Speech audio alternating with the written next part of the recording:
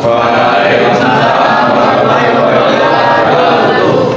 Di sini kami dari kelompok Water Radiator akan mempresentasikan hasil diskusi kami mengenai FOA.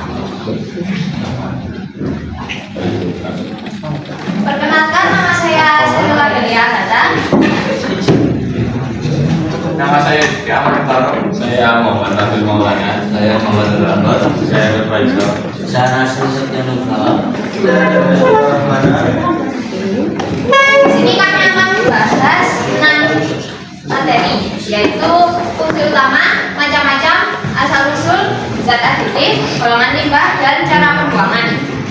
Yang pertama, fungsi utama yang akan dijelaskan oleh Nabil. Fungsi utama dari air radiator itu biasanya merupakan cairan pendingin radiator yang biasanya terbuat dari campuran berbagai bahan antara lain seperti air murni, pencegah karat, dan juga zat anti beku propilen glikol. Yang kedua, macam-macam yang akan dijelaskan oleh Nabil. Yang pertama adalah air. Air adalah salah satu bahan yang cukup sering digunakan sebagai cairan pendingin radiator. Air yang digunakan untuk radiator ini biasanya adalah air suling atau air mineral karena mudah ditemukan.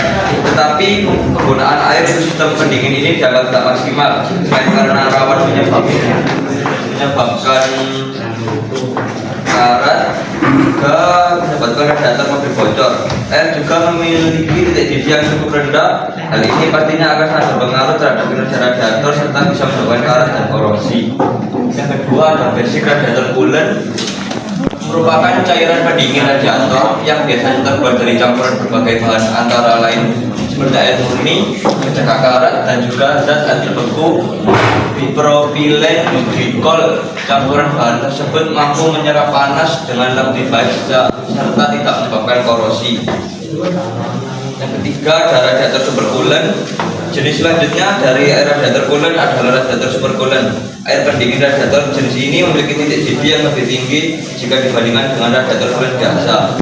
Akan tetapi sebelum digunakan radiator supercoolant harus dicampur air dengan perbandingan 50/50. Yang keempat ada antifreeze dan coolant protector. Satu lagi jenis air pendingin untuk radiator mobil adalah antifreeze dan coolant protector. Sama seperti radiator supercoolant, air pendingin radiator ini harus dicampur air dengan perbandingan 50/50 sebelum digunakan.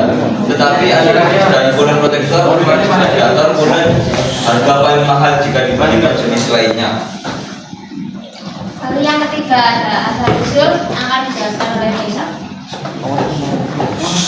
Asal-usul dari water coolant ini berkembang pada mesin uap pada abad ke-19. Pada awalnya menggunakan air biasa pada mesin uap. Namun masalah sering terjadi seperti membeku pada suhu dingin atau mendidih pada suhu panas. Lalu pada tahun 1860-an, etilen glikol pertama kali digunakan sebagai bahan tambahan untuk mencegah pembekuan. Sejak itu penelitian terus dilakukan untuk meningkatkan formulasi air pendingin dengan menambahkan bahan tambahan seperti inhibitor korosi, agen anti beku, dan aditif lainnya sehingga menciptakan produk yang lebih efisien dan ramah lingkungan.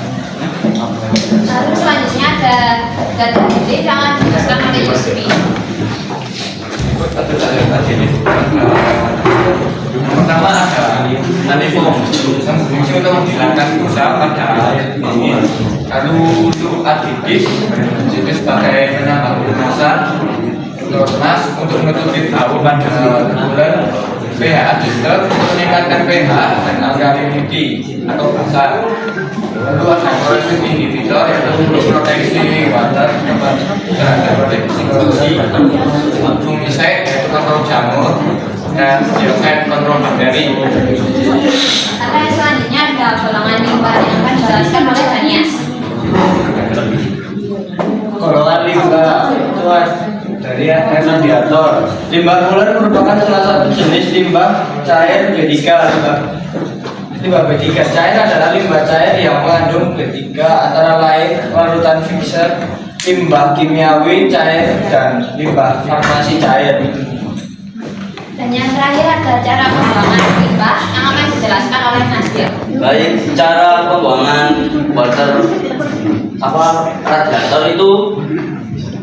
radiator itu termasuk limbah B3 yang dapat ditimbun pada landfill, namun harus dengan pengawalan tingkat tinggi. Pada metode pembuangan Euro landfill, limbah B3 dimasukkan ke dalam drum atau tong-tong, kemudian dikubur dalam landfill yang didesain khusus untuk mencegah penyebaran limbah B3. Sekian presentasi dari kelompok kami. Apakah ada yang ingin bertanya?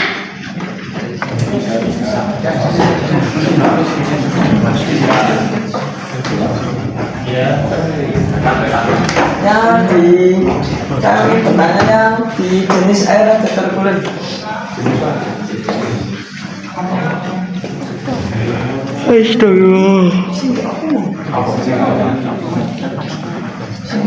Yang radiator supercooler. Kalau misal 40 banding 60 itu gimana?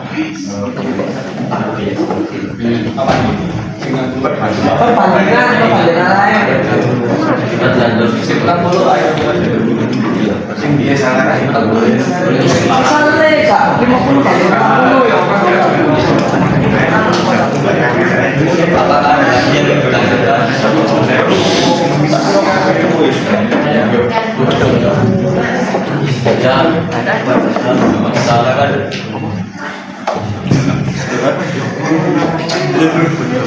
Kalau air air water cooler itu kan memiliki warna yang berbeda-beda bedanya. Itu apakah ada perbedaan antar warna pengaruhnya?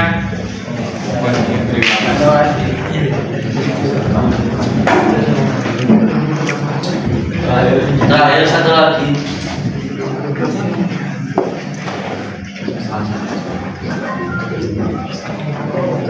Paru.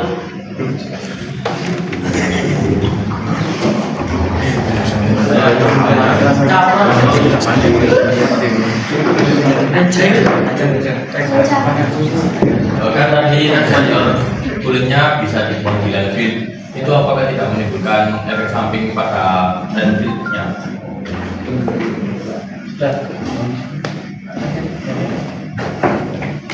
Baik, sesi tanya jawab kami tutup sementara. Kami akan mendiskusikan untuk jawabannya. Kami menjawab pertanyaan dari Devandra. Apakah bisa menggunakan perbandingan 60 banding 40 untuk mencampur radiator dan air biasa? Mungkin akan tetap menjadi water cooler, tapi jika menyalahi standar akan mempengaruhi kinerja water cooler pada hal ini.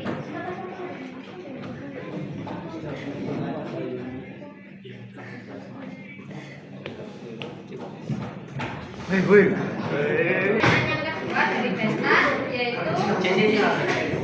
apakah warna yang berbeda pada water cooler memiliki pengaruh?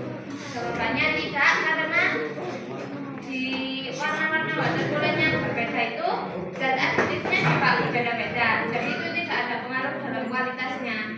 Cuma kita tuh harus lihat dari pabrikannya, itu kita membutuhkannya zat aditif seperti apa. Iya kan adiknya kan tambahan Itu pertanyaan yang sesuai ketiga no pemakaian. dari Reza, pengaruh negatifnya untuk landfill saat digunakan sebagai tempat pembuangan limbah.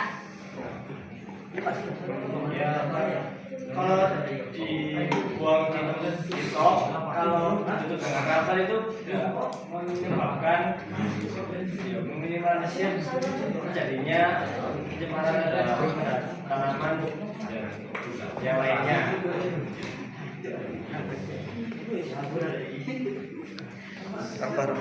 Jadi kalau dibuangnya di landfill tapi kita tempatkan di tong atau tempat khusus, itu nggak akan mempengaruhi landfillnya, jadi nggak terlalu berpengaruh besar ke landfill. Tapi kalau dibuang secara langsung, itu landfillnya sudah nggak bisa dipakai untuk yang lainnya, hanya untuk pembuangan saja.